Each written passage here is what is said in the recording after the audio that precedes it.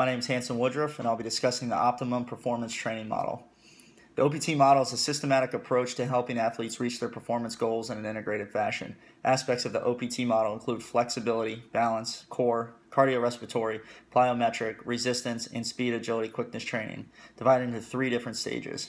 These stages include stabilization, strength, and power, and are divided into 6 subsections. Phase 1, stabilization, endurance training. Phase 2, strength endurance training. Phase 3, hypertrophy training. Phase 4, maximal strength training. Phase 5, power training. And Phase 6, maximal power training. There are 2 periodization models relevant when discussing the OPT model, the Western model and the Eastern model. The Western model is designed to train one aspect at a time, whereas the Eastern model focuses on training all aspects specific to a sport simultaneously throughout the year.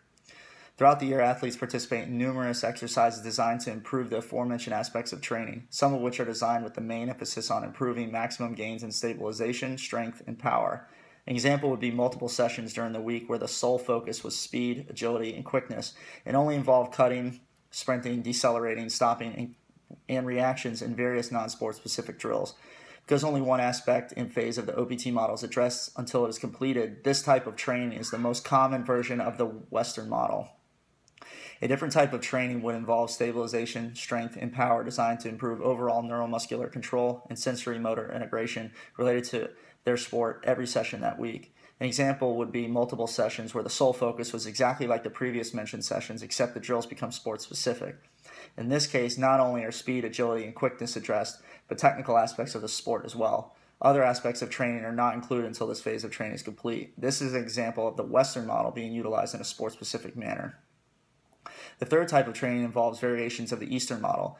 These sessions involve stabilization, strength, and power in a way that are designed to address more than one aspect of the OPT model and more than one phase in a systematic way catered to the individual's particular strengths and weaknesses. An example would be a training session divided into 3 portions, each of which addresses various parts of the OPT model. The first part would focus on aerobic training and flexibility through a dynamic warm-up. The second part would include supersets of plyometric stabilization and resistance strength training. The final part of the session would include reactionary cutting drills with a weighted vest used to improve speed, agility, quickness, core strength, cardio, balance, and technical aspects of the sport.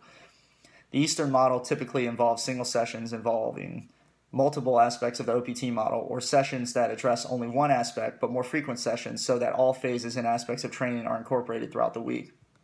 The OPT model can be utilized using the Western or Eastern model because athletes advance from one phase to another through a systematic progression that can be monitored by tracking variables such as sets, reps, frequency, intensity, duration, and most importantly, the specificity of exercises. The main difference between these models is that the Eastern model requires training of various aspects to build throughout the year, achieving smaller gains in all aspects of the OPT model over time, as opposed to the Western model, in which immediate significant gains in one aspect are achieved upon completing a particular phase, and then moving on to either the next phase of training or a different aspect of training. Although more significant gains are reached during a particular phase of training in the Western model, other aspects and phases of training are neglected in doing so. In essence, the Western model takes 2 steps forward and 1 step back, hindering overall development and preventing athletes from reaching peak fitness levels throughout the year. The Eastern model, developed by Tudor Bompa, emphasizes varied loads for the best performance throughout the year rather than maintaining a constant training focus. This allows the coach to split up the training program in order for his players to reach peak fitness levels at the right time. This in turn allows the coach to manage training more easily, prevent injuries, and avoid overtraining. Thank you for watching.